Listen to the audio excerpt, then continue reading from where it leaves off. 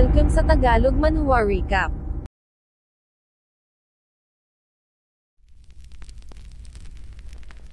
Shinlang sambit ni Sunan sa kanyang isip ito raw ay napaka-vicious 2 araw pa lang ito sa city subalit nagawa na nitong mapatay ang libo-libo sa kanyang mga tao ito raw ay napaka-ruthless, napaka-precise at formidable.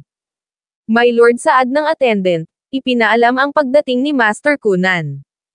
Napasabi si Sunan sa kanyang isip na si Master Kunan ay maaari naman daw sanang tumungo rito ng mas maaga upang mag-report subalit mukhang sinadya nitong i-delay ang kanyang pagbisita, gusto nitong mas mapahiya pa ng husto ang Su family nang ito ay makapag-demand ng mas mataas na presyo mula sa kanya. Mula doon ay tumungo si Sunan sa reception hall upang salubungin ang pagdating ni Master Kunan nagpaabot ng pagbati na agad naman nitong ibinalik, pakiusap saad ni Sunan ito raw ay umupo.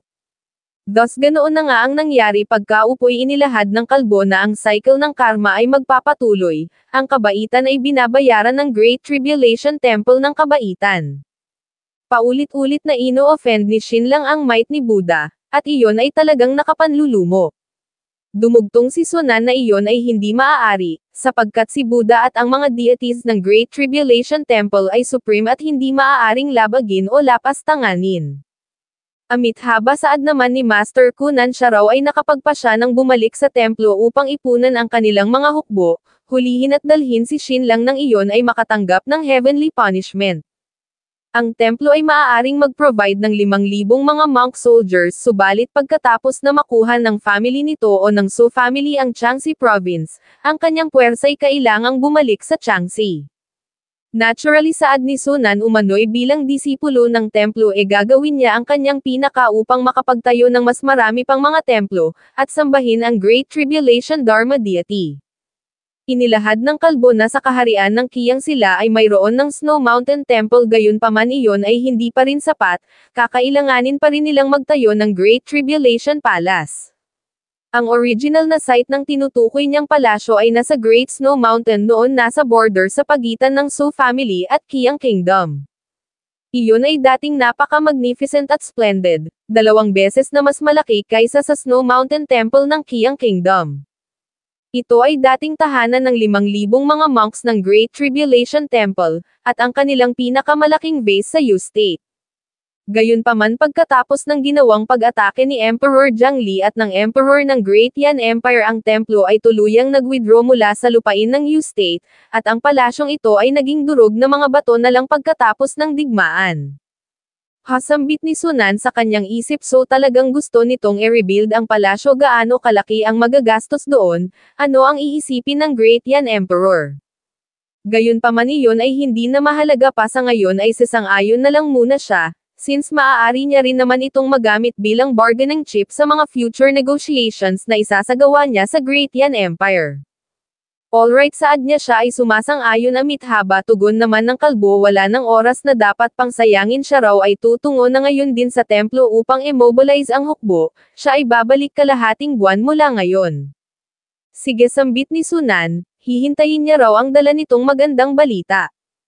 Pagkaalis ni Master Kunan ay agad na nagpresenta ang ama ni Sulin na siya ay nakahandang pamunuan ang 5,000 hukbo upang i-reclaim ang Genuan City, subalit ang bagay na ito'y hindi sinang-ayunan ni Sunan. Tinawag niya si So yung nagbigay ng utos na dalhin ang Chu envoy sa Moyan Mountain ng Chu State, at bigyan ng imbitasyon si Grand Master Banroo ng Chu State na bumaba sa bundok. Kapag iyon ay tumangging bumaba upang i-deal si Li Chenkyo ibigay nito sa babaeng iyon ang kahon na ito, natitiyak niyang iyon ay hindi na makakatanggi pa. Paghakbang ni So yung paalis ay lumapit si Sunan kay So Quan nagsabing kung talagang ito ay napaka-eager na tumungo doon then i-lead nito ang 5,000 hukbo upang i-besiege ang Genuan, subalit wag umatake. Hindi na rin naman magtatagal bago sumabog ang kaguluhan sa loob ng syudad at yung mga nasa loob, ay maaari ng pagpunit-punatin ng buhay si Shinlang. Idinagdag sa kanyang isip na siya ay umaasang magpahanggang ngayon ay naroon pa rin si Shinlang, siya ay umaasang iyon ay hindi aalis sa Genuan City.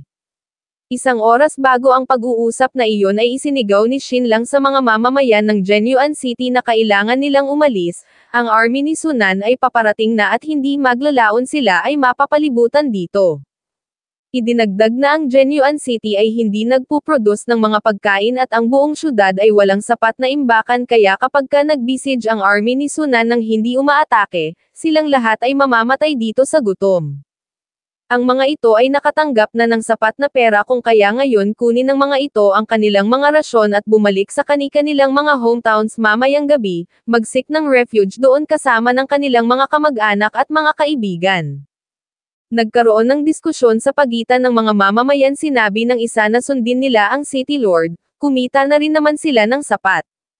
Gayunpaman tumutol ang isa nagsabing maaaring ito ay nakakuha na ng sapat na loot subalit sila ay hindi. Hoy-hoy sabat ng isa umano'y wala ng ganoon karaming oportunidad kaya makontento na lang ito. Sa muli ay sumigaw si Shin lang nagsabing maging siya ay hindi rin mananatili rito sa Genuan dahil ang mga napatay niya ay hindi pa sapat nagtanong kung sapat na ba ang na-loot ng mga ito, siya raw ay tutungo sa ibang mga syudad sa Baye County, at papatayin ang lahat ng mga western merchants doon. Ang mga syudad na naroon ay walang ganoon kahigpit na depensa ang mga iyon ay madali lang nilang madadaganan, gayunpaman sayang naman ang mga loot doon kung walang kukuha. Ngayon mayroon daw bang mga matatapang rito na nakahandang sumama sa ekspedisyon na isasagawa niya upang purgahin ang mga western parasites na iyon, nagpalitan ng tingin ang mga mamamayan. Ilang sandali pa'y nagkasundo sumigaw na sila ay tumungo doon at magpakayaman paulit-ulit na sigaw nila. Idinagdag ni Shin lang na wala siyang isasamang mga matatanda mahihina o kaya naman mga bata, tanging mga malalakas lang at kailangan niya ng 5,000. Mula dun pagkatapos na makapili ni Shin lang ng 5,000 capable na mga tao agad nilang sinindihan ang kanilang mga sulo, upang tumungo sa pinakamalapit na syudad which is ang Belang. E-send ang order sambit ni Shin lang kay Wulei, e-issue ang Great Massacre Decree.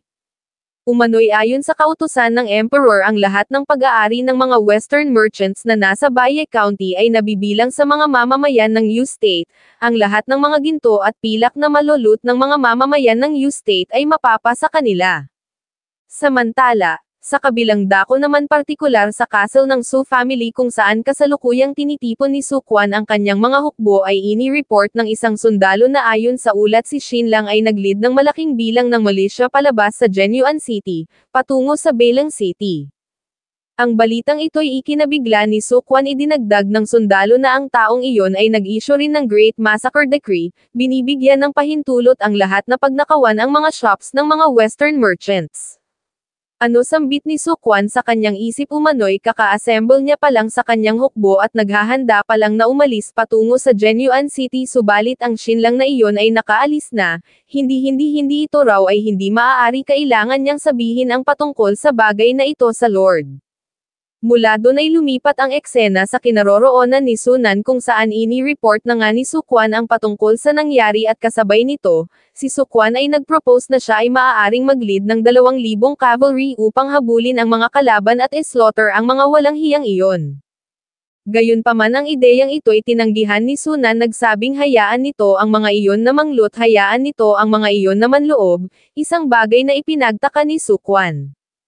Inilahad ni Sunan na noon sila ay mga subjects ng U-State kung kaya kinailangan nilang mag-smuggle at mag-trade ng pasekreto gayunpaman sa hinaharap, ang kanilang gagawing trade ba ay maituturing pa rin na smuggling. Sa hinaharap ang Jiangxi Province ay magiging kanilang teritoryo kung kaya maaari pa ba silang manghuli ng mga alipin upang ibenta, ang ibig niyang sabihin ang binabalak gawin ni Shin lang ay pagtulong lang sa kanila. Right sambit naman ni Su Quan sa kanyang isip sila ay ang Su family, at hindi na nila kailangan pa ang mga western merchants na iyon sa ngayon. Nagtanong si Sunan kung ano ang characteristics ng mga looters na iyon sumagot si Su Quan na ang greed ng mga iyon ay walang kinikilalang bounds.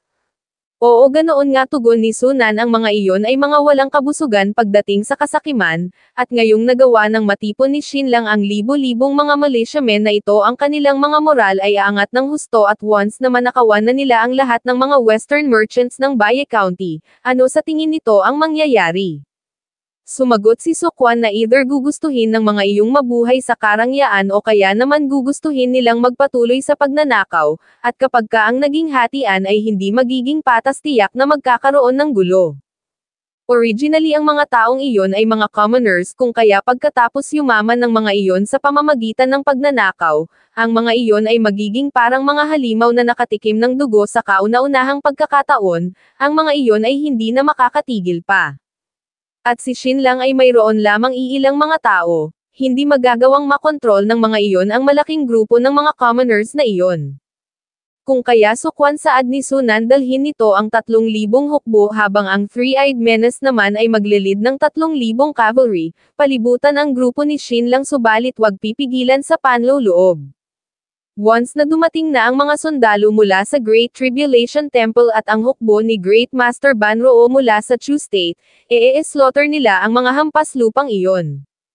Brilliant sambit naman ni Soyong sa kanyang isip. Iyon daw ay nangangahulugang ang lahat ng mga gintot pilak na mananakaw ng mga iyon ay mapupunta rin sa Su family sa bandang huli. At mula doon, ay umalis na ang dalawa upang sundin ang plano.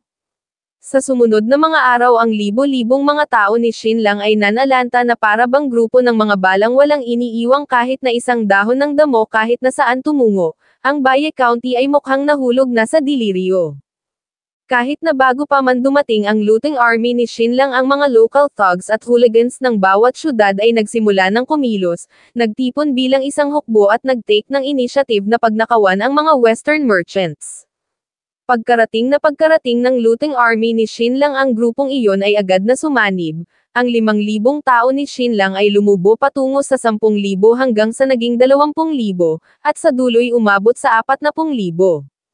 Sila ay sinimulang palibutan ng army ng Marquis of Genyuan mula sa lahat ng direksyon dahan-daang bumuo ng encirclement, subalit sila ay hindi umatake gaya ng plano. Ang hukbo ni Sukwan ang Horse Bandit Army ng Three-Eyed Menace ang mga monk soldiers ng Great Tribulation Temple at ng hukbo ni Grand Master Banroo ng Chu State ay nagsimula na rin sa pagpalibot sa army ni Shin lang, lumaki ng lumaki ang bilang hanggang sa umabot sa 13,000. Ang buong sitwasyon ay naging mas unpredictable pa at nang ganun-ganun lang, ang mahigit sa 10 araw ay lumipas at dumaan, at sa pagkakataong ito si Prefect Zhang na naglilid ng 3,000 hukbo na sinadyang bagalan ang paglalakbay ay nagawa na ring makarating sa syudad ng Baye County sa wakas. Sa kanyang isip ay napasabi si Prefect Zhang na ang Baye County ay nasa kumpletong kontrol ng Su family, at ang mga city officials dito ay mga aso ng Su family. Siya raw ay natatakot na maging ang pagpasok lang sa syudad na ito ay magiging mahirap na para sa kanya bilang prefect, at maaaring maging ang kanyang army ay hindi rin makakapasok. Gayunpaman ang sitwasyon na kanyang dinatnan ay medyo iba sa inaasahan niya. Ang city gate ay bukas na bukas at ang mga opisyal ng Baye County ay nasa labas upang salubungin ang kanyang pagdating, maging ang lahat ng mga merchants ay hamanay din upang magpaabot ng pagbati. Your Excellency, sambit ng mga ito. Sa wakas ito raw ay dumating na, my lord. Dagdag pa ng iba, nagtanong kung bakit ngayon lang ito. Sila raw ay ilang araw ng anxious, bawat araw ay hinihintay ang pagdating nito. Kanilang lord, ito raw ay tinitingala nila katulad ng pagtingala ng mga anak sa kanilang mga magulang. Our lord, ngayong ito ay narito na, ang Baye County ay magiging ligtas na. Ano, sambit ni Prefect Zhang sa kanyang pagkabigla, hindi raw ba't dapat na siya ay itakwil ng mga ito, pahirapan ang mga bagay-bagay para sa kanya o kaya naman wag hayaang siya ay makapasok sa syudad. Makalipas ang ilang sandali ay naintindihan na ni Prefect Zhang ang rason. Mr. Shin, sambit niya sa kanyang isip, alam niya rong ito ay capable, subalit ang bagay na ito raw ay kalabisan. Sa loob lang ng ilang araw ay nagawa nitong ma-ravage ng tuluyan ang buong Baye County. Ngayon ang lahat ng mga merchants at mayayamang mga household ay lumipad na patungo sa Baye County City, dahil kahit nagustuhin man ng mga itong itakwil siya ang mas pipiliin nila dahil sa takot nila kay Shin lang. Gayunpaman, sa ngayon ang pinakamalaking kalaban ay hindi ang mahigit sa 10,000 hukbo na pumapalibot dito kundi ang tens of thousands na mga mobs na nangabaliw. Ang tinutukoy niya rito ay ang kasalukuyang sitwasyon ni Shin lang. Well, forget it, dagdag niya, umano'y mayroon siyang sariling bagay na kailangang asikasuhin. Mr. Shin, ito raw ay lumikha ng hindi kapani-paniwalang sitwasyon para sa kanya, kung ganun iti-take over niya na ang Baye County mula rito. Samantala, Sa loob naman ng Shuelang City daan-daang milya ang layo mula sa Baye County City habang binabasa ang isang sulat ay napasabi si Shin Lang sa kanyang isip na sa wakas ang army ni Zhang Chong ay nagawa ng makapasok sa Baye County, matagumpay ng nakaposisyon. Sa kabilang banda ang Su family ay attracted pa rin sa yaman na nakolekta niya, ang buong atensyon ay nakatuon sa kanya. My Lord sambit ni Wulei ang 13,000 hukbo ng Su family ay nagsisimula ng magmarcha palapit mukhang binabalak ng umatake. Sila ay pinapalibutan ng mga iyon mula sa kanluran timog at hilaga, tanging silangan lang ang hindi nilagyan ng hukbo. Bukod pa doon ang atmosphere dito sa syudad ay naging napaka-strange, umano'y ang ilan sa mga militiamen ay tila nagiging hostile na laban sa kanila. Sumagot si Shin Lang na iyon ay dahil sa ang mga iyon ay hindi niya nilid upang makapanloob sa Baye County City ang mga iyon ay pinigilan niyang yumaman, kaya syempre ang mga iyon ay hindi masaya. My Lord bungad naman ni Shisan umano'y mayroong ilang militia leader na nagre-request ng audience, hayaang pumasok ang mga iyon tugon naman ni Shin Lang. Sa nagdaang mahigit 10 araw ang loot army ni Shin Lang ay nag-expand ng husto, naka-attract ng dagdag pang iba't ibang grupo ng mga miyembro. Maraming mga wanted criminals at makapangyarihang mga martial artists din ang sumali at instant na nakagather ng grupo ng mga tagasunod. Sa kasalukuyan ang militiamen ay spontaneous na naghahalal ng 5 great leaders at sa pagkakataong ito, 3 sa mga great leaders na ito ang gustong i-meet si Shin Lang. Ang 3'y agad na nagpaabot ng paggalang sa kanyang isip ay nagtaka si Shin Lang kung bakit 3 lang ang pumunta. Well marahil ang mga ito raw ay natatakot na i-wipe out niya, nagtanong kung ano ang nagdala sa 3 general dito. City Lord tugon ng isa sila raw ay ilang araw na rito sa Shuelang City ngayon at ang mga brothers ay nauubusan na ng pasensya, gusto na ng lahat na atakehin ang Baye County City at yumaman. Oo dugtong ng isa buti na lang daw at nagawa nilang makontrol ang mga iyon, dahil kung hindi malamang pinwersa na ng mga Mainiting Brothers ang kanilang daan patungo rito sa palasyo. City Lord dagdag pa ng isa ito raw ay nangakong sila ay elelid nito sa yaman umano'y hindi nito maaaring bawiin ang nabitawan na nitong kataga, ang Baye County ay nasa harap lang nila punong-puno ng mga pilak at ginto kung kaya hindi raw maaaring sila ay pagbawalan nitong manloob doon. Hasambit ni Shin Lang sa kanyang isip hindi raw ba't ito ay maituturing na pag-aalsa, sa labas ay makikita ang ilan pang mga members ng Loot Army. City Lord sigaw ng mga ito nagtanong kung luluoban ba nila ang Baye County, City Lord ito raw ay magbigay ng definite na sagot. City Lord sigaw pa ng mga ito hindi naman daw siguro ito may inggit kapag yumaman ang mga brothers hindi raw ba, umano'y kapag ito ay hindi nagbigay ng sagot wag itong umasang sila ay magiging nice patungkol dito. Napasabi si Shin Lang sa kanyang isip na kapag hindi siya sumang-ayon sa mga ito na mag-loot sa Baye County City mamayang gabi natitiyak niyang ang mga ito ay magre-rebelde bukod pa doon ang army ng Su family ay nakapalibot na sa kanila sa labas, siya raw ngayon ay tila nakaupo sa tambak ng gunpowder maaaring sumabog anumang oras. Samantala, sa pantalan naman ng Nochao City kasabay ng pagbulahaw ng kidlat ay ang pagbukas ng Great Thief na si Kutuhuan sa kabi ng bangka, kung saan naroroon si Zhao Yan. Tinawag na brother si Kutuhuan nagsabing mayroong bagay na kailangan niyang ipagawa rito. Sumagot si Kutuhuan na kung ito ay katulad nung nakaraan pagpatay ng inosenteng babae iyon ay hindi niya magagawa. Hindi tugon naman ni Zhao Yan umano'y sa pagkakataong ito ang gusto niyang patayin nito ay isang mahalagang tao isang nobleman, si Marquis Jinzhou ng Xuanwo. Hindi iling ni Kutuhuan nagsabing ang Marquis of Xuanwo ay walang anumang maling ginawa. Brother saad ni Zhao Yan nagsabing nung panahon ng pagkawasak ng Zhuo family si Marquis Jinzhou daw ba ay tumulong sa kanila ng kahit na kaunti, ang kanilang ama-ina at ilang mga nakatatanda't nakababatang kapatid ay namatay ni iyon daw ba ay nagbigay ng kahit na isang katagaman lang para sa kanilang behalf, natuon ang mata ni Kutuhuan kay Zhao Yan. Brother dagdag ni Zhao Yan ito raw ay ang martial champion ng Yu State sa edad na 18, at naging disciple ni Zhuo Si sa edad na 19. Although ito ay hindi biological son ng kanilang ama ito pa rin ay ang pride ng kanilang family, kaya ngayong gusto nilang ipaghiganti ang kanilang family sino pa raw ba ang maaasahan nila kundi ito lang. Kung ganun saad ni Kutuhuan kung ganun kailan ito aalis sa tabi ng Crown Prince, Suntugon naman ni Zhao Yan nagsabing once na mapag-alaman niya na kung sino ang nag-frame sa kanilang family iyon ay iiwanan niya at tatakbo kasama ito. Inangat niya ang maskara ni Kutu Huan pagkalapat ng kamay sa pisngi ay dahan-daang inilapit ang mukha, hinalikan. Brother ito na ang huli saad niya ito na ang huling pagkakataon, ipinapangako niya iyon. Ito raw ay hinahabol na ng Emperor ngayon idinugtong na pagkatapos nitong patayin si Jinzhou hindi na nito kailangang gawin pa ang mga bagay na hindi nito gusto. Maghanap ito ng secluded island na mapagtataguan at once na matuklasan niya na ang mastermind sa likod ng plot laban sa kanilang family hahanapin niya ito agad. Pagkatapos nilang maipaghiganti ang kanilang family sila ay lilipad ng magkasama mamumuhay na para bang mga immortal, nagtanong kung naiintindihan ba nito. Brother hiyaw niya pakasabay ng pagtagas ng kanyang mga luha si Jinzhou ay hindi inosente. Siya at si Mulan ay para ng mga sisters subalit nung sandaling ang kanilang family ay humarap sa annihilation siya ay nagmakaawa sa Jin family para sa sanktuaryo, ngunit ang mga iyon ay tumangging magbukas ng pinto. Iyon ay ang dahilan kung bakit siya ay nahulog sa mga kamay ng Yin Yuan Bank, iyon ay ang dahilan kung bakit siya ay na-defile ng mga beast ng Yin Yuan Bank. Brother umano'y kung hindi lang dahil sa walang awang pagtanggi noon ni Jinzhou sa pagprotekte sa kanya papaanong mangyayaring siya ay magagang rape ng mga hayop na iyon. Nung siya ay nagmakaawa sa kamatayan siya ay hindi nasampungan nung siya ay nagsumamo sa kalangitan at hindi pinakinggan nasaan ito nung sandaling iyon. Fine tayo ni Kutu Huan sabay talikod tumigil na raw ito, gagawin niya na ang ipinapagawa nito.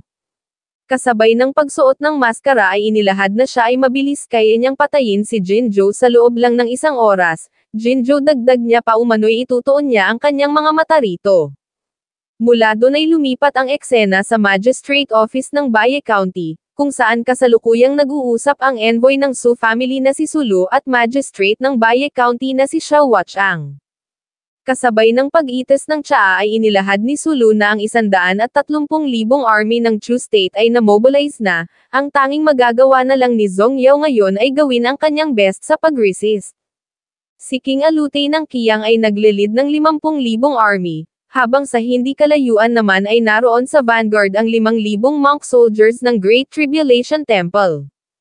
Ang hari ng Wu ay niled ang kanyang army patungo sa timog papalapit na sa Shanghai City ng Yu State, at ang 30,000 orihinal na puwersa naman ay naging 60,000 na.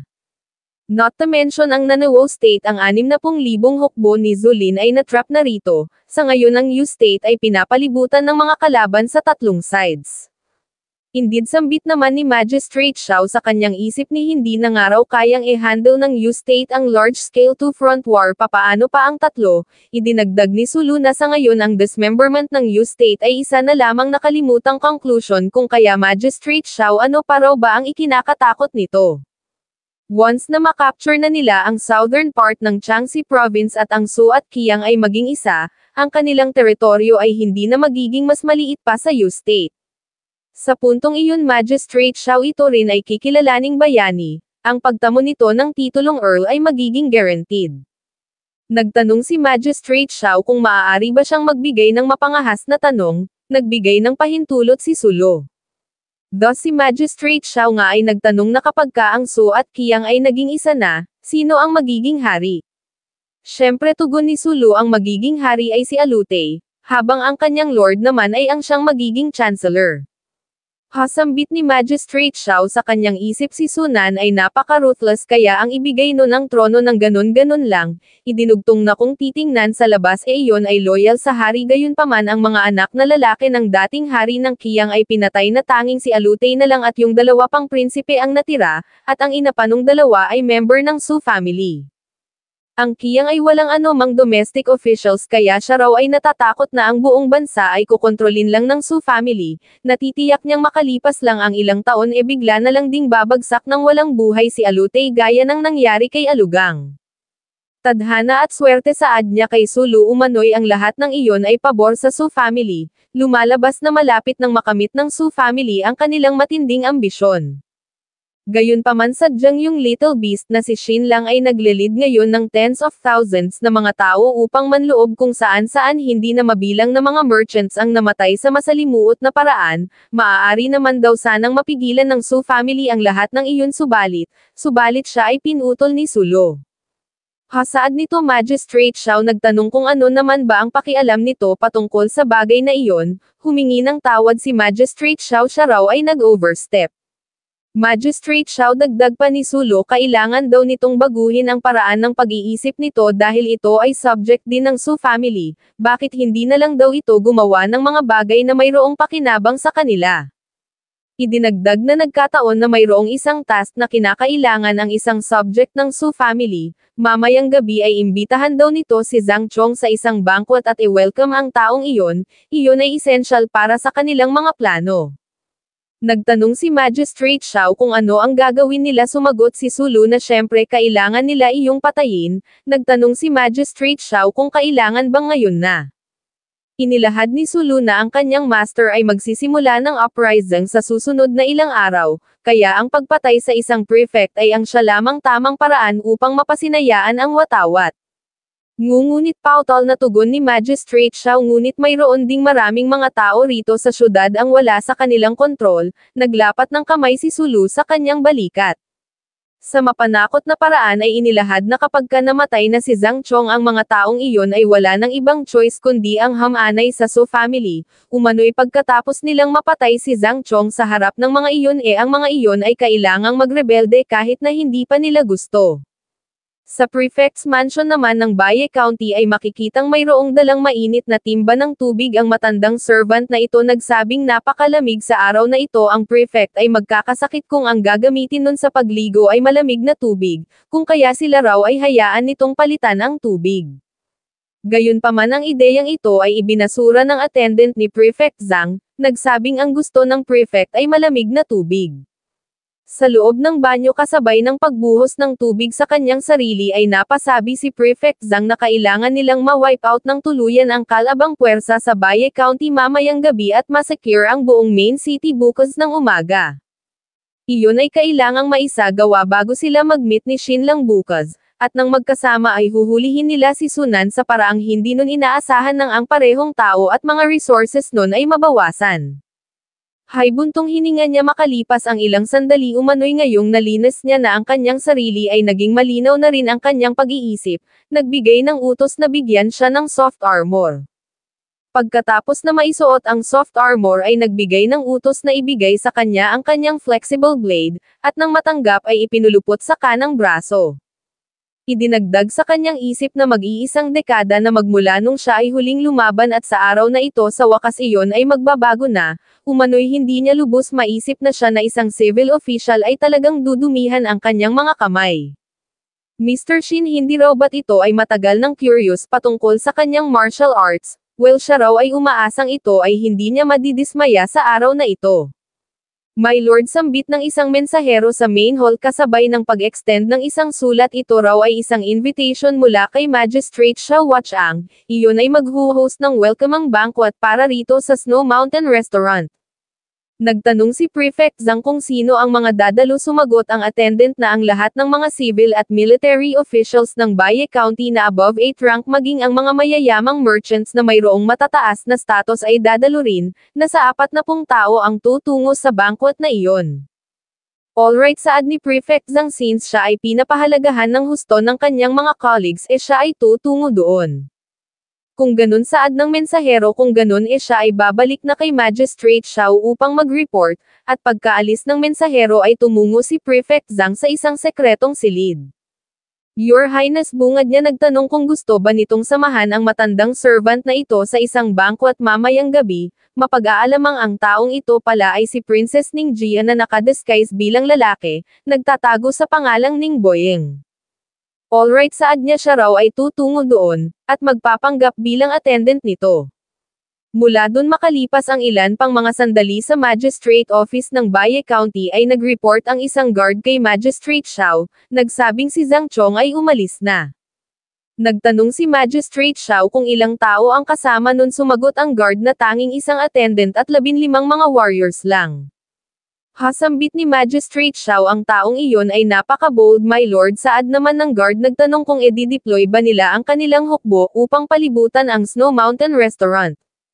Inilahad ni Magistrate Xiao na kung ganoon ang gagawin nila papaano pa nila maa-attract si Zhang Chong na pumasok beside 15 mga warriors lang naman ang kasama nun kaya bakit kailangan pa nilang e-deploy ang kanilang hukbo, sabay tanong kung handa na ba ang Snow Mountain Restaurant. Ang lahat ay handa na tugon ng guard mula sa mga cook patungo sa mga waiter, at maging yung mga singing girls ay mga experts na ipinadala ng Su family. In total 37 katao lahat-lahat, ang mga iyon ay higit pa sa sapat upang patayin si Zhang Chong. Kung ganun saad ni Magistrate Xiao kung ganun simulan na nila ang banquet, simulan na ang Killer's Feast. Ilang sandali lang ay sinalubong ni Magistrate Xiao ang pagdating ng grupo ni Prefect Zhang sa Snow Mountain Restaurant, my lord saad ng isang attendant umano'y walang ambush na nag-aabang sa loob. Good to go ni Prefect Zhang pakiusap my lord saad naman ni Magistrate Xiao ito raw ay pumasok na, Magistrate Xiao tugon ni Zhang Chong pakiusap ito na raw ang mauna. Napansin ni Magistrate Xiao ang isang individual na kasama ni Prefect Zhang agad namang nagpaliwanag si Prefect Zhang nagsabing ang taong ito ay isang bodyguard na inassign ng Emperor para sa kanya, kung kaya kailangan nitong manatili sa kanyang tabi sa lahat ng pagkakataon. Sa pabulong na paraan ay nagtanong si Magistrate Xiao kung ito ba ay nagmula sa Darkwater Organization gayunpaman sinabi lang ni Prefect Zhang na hindi nila maaaring pag-usapan ang patungkol sa bagay na ito, sumagot si Magistrate Xiao na naiintindihan niya. Kasabay ng paghakbang ay inilahad sa kanyang isip na although ang Darkwater Organization ay nag-produce ng maraming mga capable na mga tao gaano naman daw ba karami ang tunay na mga top experts sa mga iyon, at kahit na ang isang ito ay isa pang top tier expert ano naman ba ang magagawa nito, kaya ba nitong talunin ang 30 experts na nagmula sa Su family. Sa loob ng banquet hall ay sinalubong si Prefect Zhang ng pagbati ng mga opisyal at mayayamang merchants, at ang pagbati malugod na ibinalik ni Prefect Zhang. Ang feast ay nagsimula 12-12 ng mga servers ang dumaloy na para bang tubig bitbit ang mga tray ng masasarap na putahe. Ang magagandang mga awit ay sumalimbay pasulong, ang kanilang mga awit at sayaw ay pumuno sa hangin. Inilahad ni Magistrate Xiao na summer ngayon subalit ang hangin sa gabi ay medyo malamig nagbigay ng utos na isarado ang pinto at mga bintana, isang bagay naman na ipinagtaka ng mga bisita sapagkat mayroon namang heater sa loob. Ang utos ni Magistrate Xiao ay agad na tinalima kasabay ng pag-angat ng kanyang baso, ay nakipag-toast sa lahat.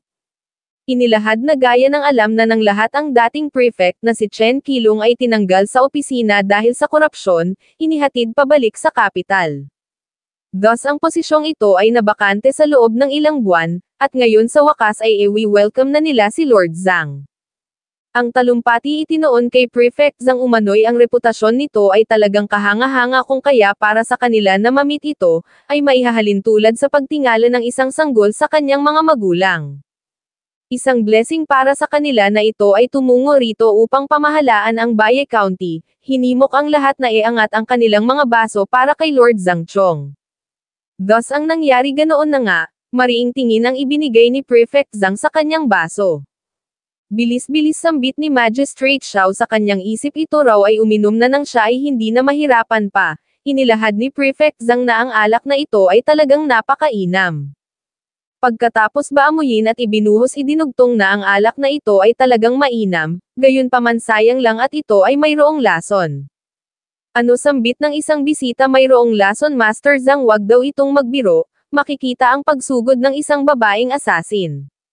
Gamit ang kutsilyo ay inatake si Prefect Zhang mula sa likod sa kasamaang palad na pansin ito ni Prefect Zhang agad na nakapagbigay ng counter dahilan ng kanyang pagbagsak, bumaon ang basong hawak ni Prefect Zhang sa kanyang noo.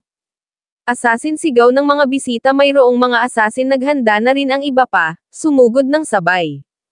Mapapansin ang porma ni Prefect Zhang mukhang kinakalas yung flexible blade na nasa kanyang braso at kasabay ng smooth na swing, ay pinagtatatagpas ng dalawa ang mga kalaban. Habang nanginginig na pinagmamasdan ang kaganapan sa ilalim ng mesa ay napasabi ang isang opisyal sa kanyang isip na ang i-assassinate ang isang prefect in public ito raw ay kabaliwan, habang napatanong naman ang isa kung ganoon ba talaga ka-formidable ang martial arts ni Prefect Zhang. Sumigaw si Magistrate Xiao na alinsunod sa kautusan ni Lord Sunan e-execute si Zhang Chong, at mula rito'y lumipat ang eksena sa loob ng kastilyo ng Nochao City. Kailan lang si Zhang Yuyin na isang scholar mula sa Tianya Haige Library, ay nakatanggap ng sulat mula kay Xinlang. Sa sulat ay inilahad ni Xinlang na ang Jin family ay mayroong na-discovering ancient text sa treasure vault ni Pirate Qiu Chanwei at binabalak na i-donate ang mga ito sa library, nagre-request ng isang representative upang tumungo sa Nochao City. Thus sa eagerness na makolekta ang ancient text at upang makapag-spark na rin ng mas malalim na koneksyon kay Xinlang ay agad na tumungo si Miss Zhang sa Nochao City kasama ang kanyang team. Gayunpaman pagkarating niya sa syudad ng Nochao ay napag-alaman niyang niwala pala sa syudad si Xinlang, dahilan ng pagpihit ng kanyang mood.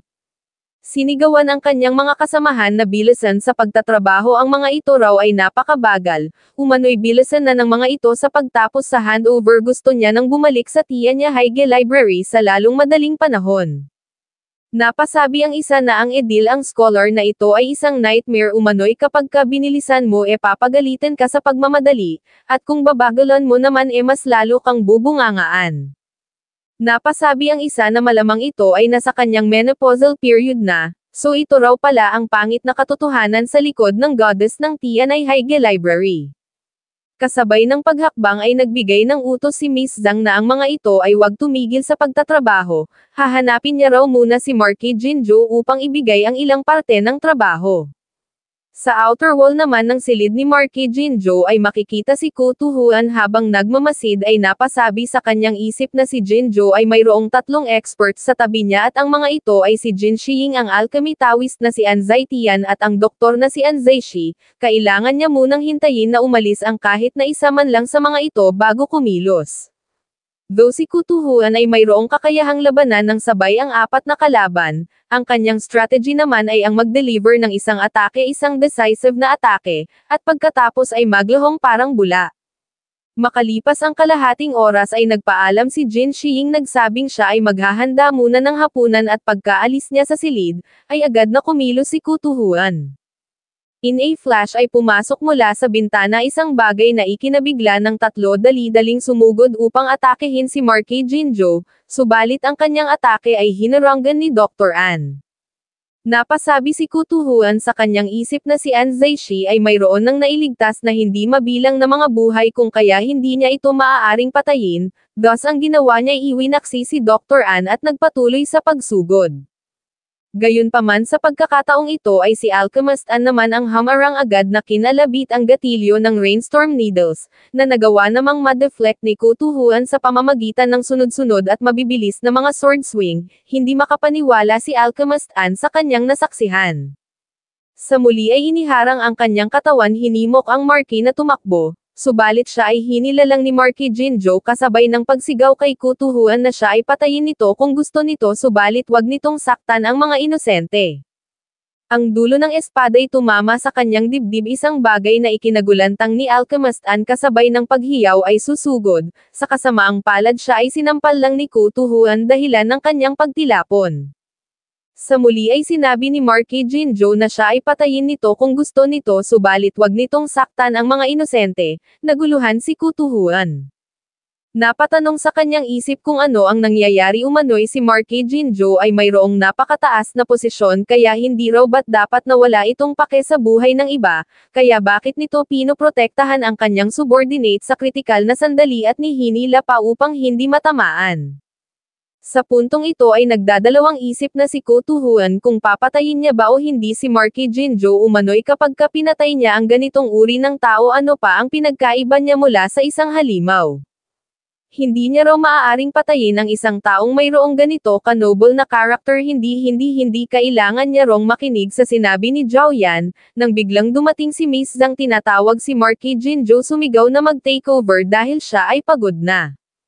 Gayunpaman nang matuon ang kanyang paningin kay Kutuhuan ay agad niya itong nakilala, tinawag sa pangalang Zuo Yichen, nagtanong kung ano ang ginagawa nito rito, nagtanong kung hinahanap ba nito ang kamatayan.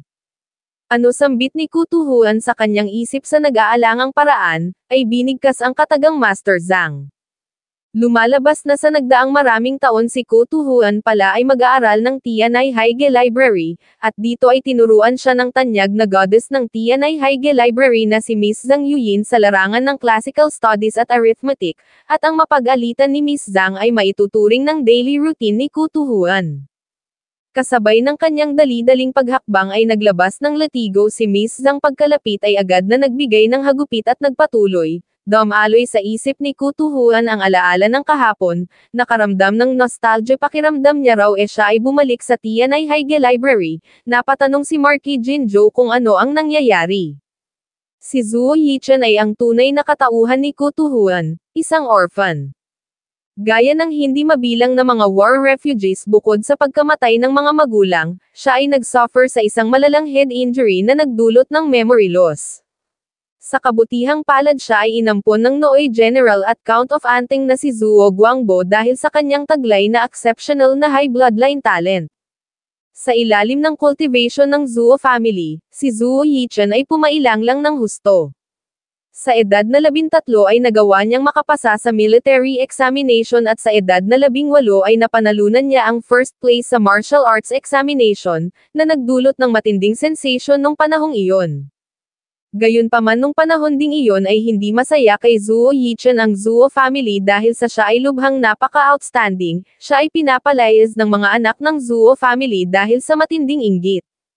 Ang tanging tumutulong lang at nagbibigay ng comfort sa kanya ay ang kanyang adopted sister na si Zuo Zhaoyan, at sa sandali ring iyon, si Zuo Yichen ay nagsimula ng mahulog kay Zhaoyan na 6 na taon na mas bata kaysa sa kanya. Pagkatapos niyang tumuntong sa edad na 18 siya ay dinapuan ng kakaibang sakit, ang kanyang boses ay namaos at ang kanyang mukha ay naging distorted. Nilapitan na ng Zuo family ang lahat ng tanyag na mga doktor sa buong mundo, subalit wala sa mga iyon ang nagawang magamot siya, dahilan upang ipadala ng Zuo family si Zuo Yichen sa Tianai Haige Library. Sa vicinity ng Tianai Haige Library ay hindi lang sa unti-unting naka-recover si Zuo Yichen mula sa kakaibang karamdamang dumapo sa kanya ang kanyang martial arts skills, din ay nag-improve ng husto, ang lahat ng mga bagay-bagay ay nagkaroon ng smooth na progreso hanggang sa 6 na taon na ang nakararaan, ang estado ng Count of Anting ay bigla na lang tinamaan ng matinding trahedya. Sa hindi malamang dahilan si General Zuo Guangbo ay in-execute, ang Zuo family ay halos ma-wipe out at mula nun, hindi na magawang manatili pa ni Zuo Yichen sa Tianai Haige Library, at sa hindi katagalan, lumitaw sa martial arts world ang isang strange figure sa katauhan ni Kutuhuan. Sumigaw si Miss Zhang na i-extend nito ang kanyang kamay, isang bagay na sinunod naman ni Zuo Yichen sa nanginginig na paraan, nakatanggap ng hampas mula kay Miss Zhang. Zuo Yichen, sigaw niya kasabay ng kanyang pagpapatuloy, nagsabing bakit hindi na lang ito maging isang desenteng tao, anong uring mga trouble daw ba ang pinaggagawa nito? Teka lang, sambit ni Zuo Yichen sa kanyang isip, napatanong kung bakit niya ito hinahayaang gawin ang bagay na ito, siya ngayon ay hindi na mag-aaral pa ng Tianai Haige Library, hindi raw ba, ito ay hindi niya naguro, kaya ang pangahas naman nitong siya ay pagbuhatan ng kamay. Sa napakahinang skills na mayroon ito, kayang-kaya niya itong durugan gamit lang ang isang daliri, ngunit nang mapatingin kay Miss Zhang ay nagbago rin ang isip. Hindi iyon daw ay hindi niya maaaring gawin dahil si Master Zhang ay ang siyang pinakamabait noon sa kanya sa Tianai Haige Library, maaaring ito ay mayroong matalam na dila, subalit ito naman ay mayroong gininto ang puso. Siya ay dinapuan ng kakaibang sakit at ito ay ang siyang nagsagawa ng desperate na pag-aaral, naghalungkat ng mga ancient books at pagkatapos ay inibsan ng paunti-unti ang mga sintomas, at nihalos siya ay tuluyan na nitong napagaling. Bilis sigaw ni Miss Zhang kay Dr. An, pigilan daw nito ang pagdudugo ng Marquis, sabay extend ng kamay patungo kay Zuo Yichen na umatras naman ng bahagya upang umilag, hinablot ni Miss Zhang ang kanyang suot na maskara, nagtanong kung bakit ito umiilag. Pagkatapos na bigyan ng sampal ay nagtanong kung bakit bigla na lang itong umalis, noon umano'y tuluyan niya na sana itong mapapagaling, sasagot sana si Zuo Yichen, subalit mukhang hindi niya magawa. Idinagdag ni Miss Zhang na gusto nitong ipaghiganti ang Zuo family at gusto nitong malaman ang katotohanan patungkol sa naging katapusan ng Zuo family. Tama raw ba? Sumagot ng oo si Zuo Yichen. Yung troublemaker na si Kutuhuan, dagdag ni Miss Zhang, ito ay ang taong iyon, hindi raw ba? Hindi pautal na tugon ni Zuo Yichen, ngunit sa muli ay nakatanggap ng sampal mula kay Miss Zhang, sabay sabing kapag ka ito ay magsisinungaling maaari bang wag itong tumingin sa ibang direksyon. Inilatag ni Miss Zhang ang lahat ng mga bagay na ginawa ni Kutuhuan, kailan lang kalakip na ang ginawa nitong pagkidnap sa pamilya ng isang member ng Darkwater Organization upang mang-extort ng 100 milyon, paglid ng 12 ng mga tao upang sunugin ang villa ng Jin family. Nagpatuloy sa paglatag, napasabi si Zuo Yichen sa kanyang isip na wala siyang kinalaman sa mga iyon. Nagbigay ng order si Miss Zhang na ito ay tumayo at wag gumalaw, kailangan niya itong i-examine. Kasabay ng pagsuri sa mata ni Zuo Yichen ay tinawag na idiot, nagsabing kapag ka hindi ito nagamot katapusan na nito, manatili na lang daw muna ito rito, dadalhin niya ito pabalik sa Tianai Haige Library sa susunod na araw. Napalingon si Zuo Yichen kay Marquis Jinzhou, napatanong sa kanyang sarili kung ipagpapatuloy niya ba ang kanyang pagpatay dito, subalit naudlot nang siya ay biglang hinawakan ni Miss Zhang sa tenga hinila, ito raw ay sumama sa kanya. Gayunpaman agad na kumawala si Zuo Yichen, Master Zhang, siya raw ay aalis na, agad na nagdash patungo sa bintana at tumalon. Sa pasigaw na paraan ay nagtanong si Miss Zhang kung sino ang nag-utos dito na patayin ang Marquis of Xuanwu, si Zhao Yan daw ba? Idinagdag na hindi niya na ito pinapahintulutang makipagkita pang muli sa babaeng iyon dahil kapag ka nagkaganon, siya ay magre-request sa Tianai Haige Library na ilagay sa wanted list ang babaeng iyon. Master Zhang, sambit ni Zuo Yichen kasabay ng pagsuot sa kanyang maskara, iyon daw ay napaka-harsh. Well, never mind, siya rin naman daw ay nabigong patayin si Jinzhou, kaya siya ay wala na ring mukhang ihaharap pa kay Zhao Yan ngayon. Ilang sandali pa sa loob ng castle, ay nagpasalamat si Marquis Jinzhou kay Master Zhang dahil sa ginawa nitong pagligtas sa kanyang buhay. Inilahad ni Miss Zhang na si Zuo Yichen ay isang mabuting bata, gayunpaman iyon ay mayroong problema sa kanyang ulo. Idinagdag na kahit na siya ay wala pa rito sa pagkakataong ito, natitiyak niyang hindi rin nun papatayin ang isang taong katulad nito, sapagkat ang espada nun ay nakalaan lamang para sa mga tunay na masasama. Sinabi ni Marquis Jinzhou na hindi niya inaasahang iyon pala ay si Zuo Yichen. Sumagot si Miss Zhang na katulad sa isang ill-fated star sa mga alamat, si Zuo Yichen ay ang siyang naging dahilan ng katapusan ng Zuo family, dahilan upang makamit niya ang titulong Heavenly Curse Star. Sa kabila ng taglay ng extraordinary talent at mabilis na pag-ascend, siya ay pinaratangan bilang survivor ng faction ni Zhang Li. Ang suspisyon na iyon, ginatungan ng mga apparent na ebidensya, ay nagresulta sa devastating na extermination ng Zuo family. Nabigla si Marquis Jinzhou sa kanyang narinig, so ganoon daw pala ang nangyari. Inilahad ni Miss Zhang na pagkatapos ng masusing investigasyon ay nakumpirma nila na si Zuo Yichen ay walang anumang koneksyon sa mga natitirang puwersa ni Zhang Li, at pagkatapos, ang head librarian ng Tianai Haige Library ay personal na umapila sa Emperor ng Great Yan Empire, nagled sa exoneration o pagpapawalang sala sa Zuo family. So sambit ni Marquis Jinzhou sa kanyang isip, so iyon daw pala ang dahilan kung bakit sa nagdaang mga taon ay nagawang makare-enter ng Zuo family sa officialdom, at ni si Zuo Zhaoyan ay naging concubine pa ng Crown Prince. Gayunpaman, kahit na na-clear na ang kanilang pangalan, ang mga members naman ng Zuo family ay halos naubos na, ito raw ay nagpapakita lang kung gaano katindi ang kalupitan ng Great Yan Empire at impluwensya ng Tianai Haige Library. Marquis of Xuanwu, dagdag ni Miss Zhang, since mayroon dong pumarito upang i-assassinate ito, natitiyak niyang mayroong Great War na uusbong sa Nochao City, hindi convenient para sa kanya na magpakita sa battlefield, kaya siya raw ay aalis na bukas. So sambit ni Marquis Jinzhou, so hindi lang daw pala sa siya ay gustong patayin ng mga iyon, gusto rin ng mga iyong kunin ang Nochao City. Sa kanyang isip ay nirant ni Marquis Jinzhou si Zhao Yan at naisip na hindi raw ba kaya na ang lahat ng ito ay paka na ng Crown Prince. Nagtanong kung ano ang ginawa niya sa mga ito upang siya ay pagtangka ang patayin ng mga ito nang paulit-ulit nagtanong kung ano ang ginawa niya sa Crown Prince. Maliwanag na si Mulan ay mayroon ng asawa, yet ito ay tinatrato pa rin ng taong iyon bilang kanyang forbidden love. Crown Prince dagdag niya pa magmula nung pumasok si Shin lang sa capital ito ay hindi na nun pinrovoke pa ang tanging kinumpronto lang nun ay ang Su family, yet hindi pa rin ito tinatatantanan si Shin lang. Siya ay nagbigay ng offer upang ihatid si Miss Zhang, gayunpaman ito ay tumanggi, nagsabing mas maigi kung hindi na lang ito magpapakita pa sa labas, ito ay in-assassinate na kaya sa tingin niya ay mas maigi kung iisipin ng lahat na ito ay patay na, sa tingin niya iyon ay mainam para sa future defense ng Nochao City.